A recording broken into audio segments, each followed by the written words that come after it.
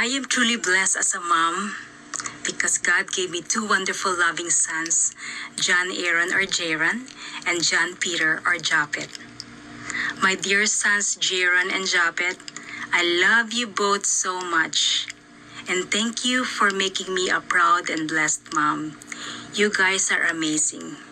And I'm thankful to God that He has helped you in all of your dreams.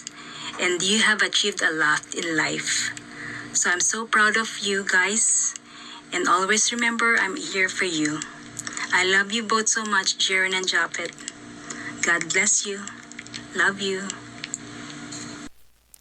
Loving God, your gifts are many. I'm grateful for everyone. One of the greatest gifts you've given is the gift of my dear sons, Jaron and Japet. Thank you for their lives, dear Lord. Watch over them each day. May they be safe and free from harm as they go about each day. Bless them through life's trials. Help them choose right from wrong. An example be for all to see, standing tall and proud and strong. Protect my children's eyes from evil and their hearts from harm. Keep watch over the gate of their souls and fill their minds with positive messages and godly influences that are good, lovely, pure, and praiseworthy.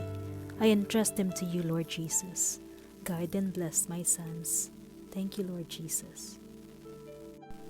Loving God, use them in any way you want. May their lives be a reflection of your love and grace.